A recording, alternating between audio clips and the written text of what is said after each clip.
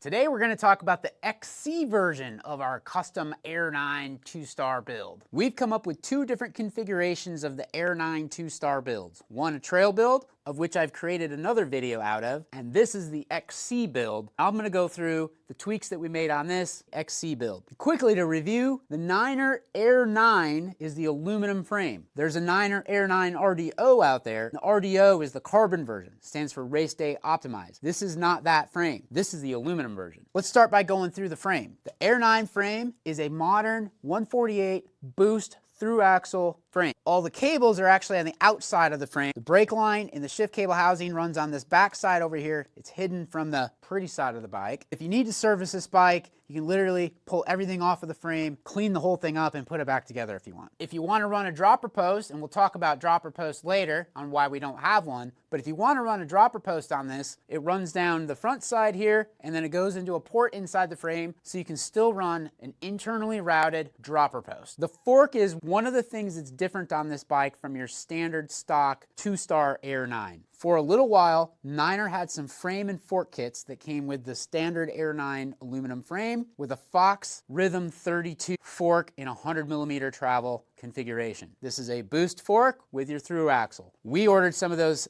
frame and fork kits so that we could put some custom builds together. As far as brakes go, we've got the stock SRAM level brakes that would come on a standard Niner Air 9 2-star build. These are SRAM level 2-piston calipers. As far as the drivetrain goes, this is a standard Niner 2-star build drivetrain. This is your SRAM SX crank, it's a dub crank, and this is your SRAM SX rear derailleur and your NX cassette on the back. That's the 11 to 50 tooth cassette that fits on a standard Shimano free hub driver. If you've had SRAM SX in the past and it was from 5 to 6 years ago, the first generation stuff, this is much better. They had to make some updates after the first year or two. Understand those first generation ones had a bit of play. The new SX stuff has been a lot more reliable. Let's talk about the wheels and the tires. The wheels are actually the stock Niner house brand wheels that would normally come on a 2-star Niner Air 9 or really any of the 2-star XC bikes from Niner. If you were to order a 2-star Rocket, these are the wheels that are going to come on it. Tires is something we swapped out. One of our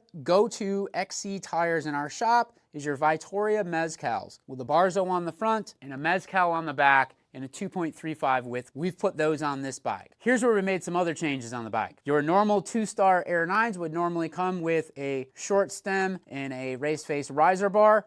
We put a Ritchie Comp trail bar on here, although it's more of an XC bar, even though Ritchie calls it a trail bar. So this is your 31.8 clamp, and we put a little longer stem on it for XC type of riding with that shorter 100mm fork. As far as the seat post goes, standard seat post. If somebody wants to put a dropper on it, they can. Probably half the buyers that buy this bike aren't going to actually put a dropper on it. We're hitting a pretty awesome price point with this bike. We did not want to put a cheapo dropper on it just to try to hit a price point. Some people might put a cheap dropper, others might put a nice quality dropper. As far as touch points, it's got a house brand Niner seat on it and some Niner house brand lock-on grips. These are the same grips in the seat that are going to come on a standard 2-star build. All right, why this build? It's fun and we like it. We think this is a good build option. So we've had multiple types of buyers that are coming in the shop in this price point. Sub $2,000, actually this is sub $1,500. We're at $1,399 on this bike, and we've got a couple different configurations that we can hit with these bikes. Some people are going to buy these bikes and they're going to stick to the fairly tame local trails. They want a nice quality, simple bike. And this is it. They don't need a big luggy tire. They're not going to be doing any like rowdy rock gardens or routes, and they want a tire that's going to roll pretty good on the local trails and a